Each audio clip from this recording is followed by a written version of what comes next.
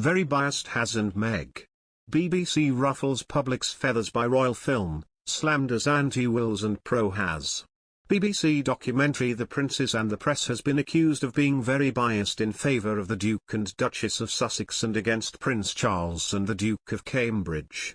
Angela Levin, who wrote a biography of Prince Harry, said it was telling that the final interview of last night's programme was with Meghan Markle's British lawyer, while the royal family's response was a written statement which appeared on screen.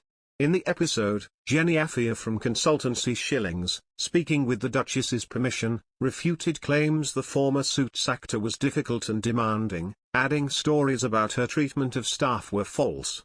Royal journalist Omid Scobie had earlier claimed in the documentary that members of royal households had briefed against Meghan and Harry while they were living in the UK. Ms. Levin said, "The ending of the documentary is always what stays with you, and they chose to use Meghan's lawyer to say that she wasn't a bully and she was wonderful to work with. It's there you get the gist of what it was all about in my view. It's very biased. Anti-William, anti-Charles and pro-Meghan and Harry. If you allow a lawyer from one side to have their say, then they must let the other side have their say. They haven't done that, and that's in the BBC guidelines."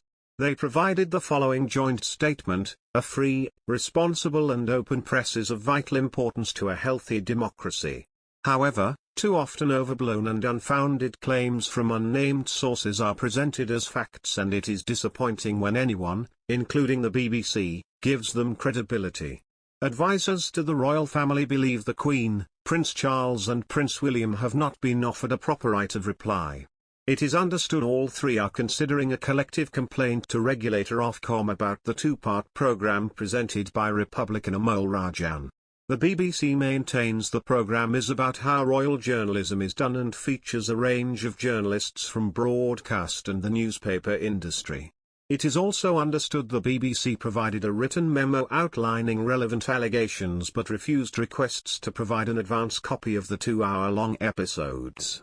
On the documentary's timing, with the Queen recently losing her husband and having been unwell herself, Ms. Levin said, "It's absolutely shocking and very, very wrong to have done it.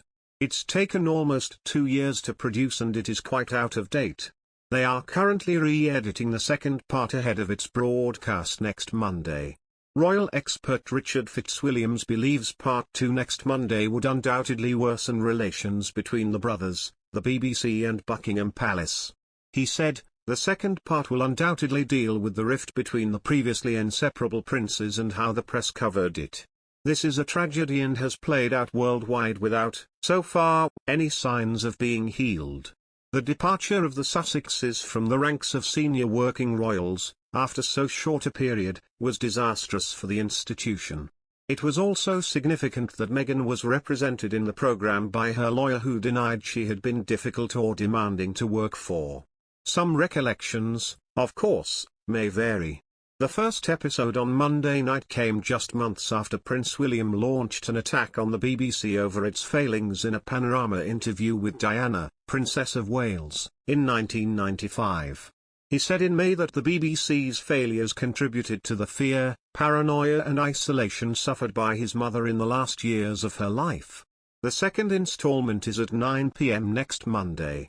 Providing context for the prince's relationship with the media, the film examines some of the illegal activities engaged in by some newspapers in the late 1990s and early 2000s, including hacking and blagging, and how these techniques were used to target members of the royal family and their associates.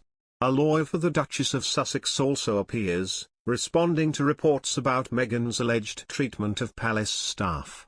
In March, the Times newspaper reported that the Duchess allegedly drove out 2 personal assistants and humiliated staff on several occasions, which she denies. Jenny Afia, from the law firm Shillings, told Amol, those stories were false. This narrative that no one can work for the Duchess of Sussex, she was too difficult and demanding as a boss and everyone had to leave, it's just not true.